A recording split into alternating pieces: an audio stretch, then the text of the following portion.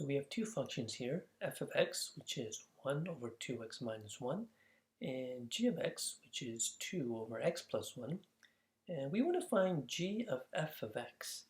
And now we notice that these are both rational functions, right? They both have x's in the denominators. Okay, so this can get a little bit tricky here, right? So let's try this out. Okay, now in this case, we know that f is the inner function. Okay, so g is the outer function, so we want to write that first, right? So we can write the g function first, but in the place of the x, I'm going to put a parentheses. Okay? And the reason why I do it this way is, what are we going to put in the parentheses?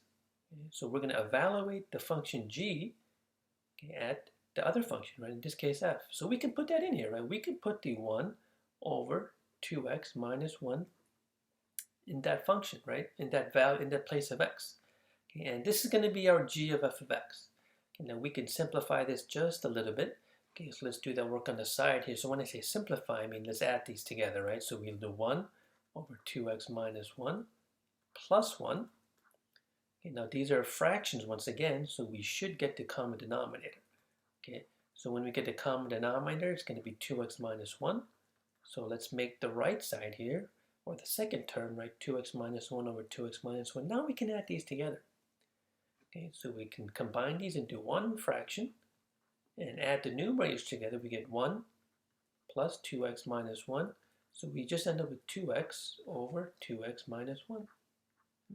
So what does that mean, right? It means that we can simplify this. Okay, this is 2 over 2x over 2x minus 1. And we can flip this over. So we'll do this whole flip and switch business here. So that gives us, once we simplify this, right, we can cancel out these 2's here. We get 2x minus 1 over x, right? So this is the simplified version of g of f of x. All right, so what is g of f of 1 then? Right, so now remember, we can do this two ways. Okay, we can actually just plug this value of 1 into this expression here, right? Remember, this is g of f of x. Okay, so if you want to evaluate at a certain number now, okay, we can actually just plug the 1 back in here. Okay, so let's try that. Right, so this is g of f of x. Okay, so when we plug in the 1 in here, notice we get 2 times 1 minus 1 over 1, right? 2 minus 1 is 1, so we actually just get 1 as that final answer, right? This is just equal to 1. But what's the other way we can do this?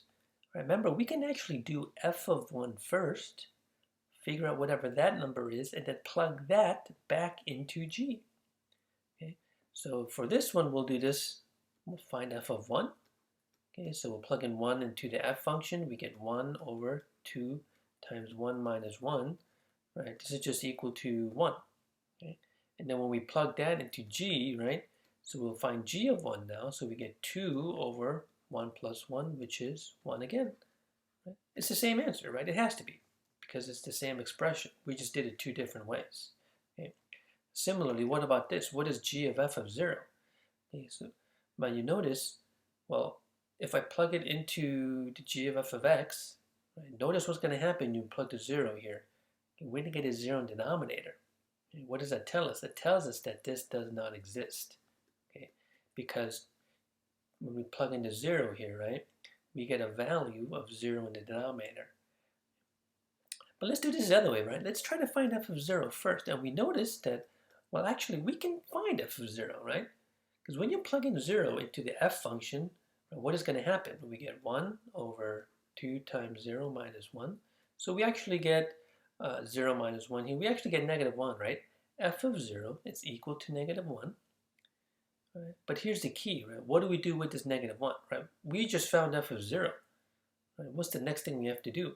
We have to plug that into g, right? So what is g of negative 1? And notice what happens here. Okay? We get a 0 in denominator. So that means that g of negative 1 does not exist, which means that g of f of 0 does not exist. Okay? So we actually done this two ways. Yeah. One thing I want to make clear here is, right, f of 0 existed. Right? We plugged 0 into the inner function, and we were able to get a real value solution. However, when we plug that value into the outer function, that caused us to get a value that does not exist, okay? So overall, g of f of 0 here will not exist.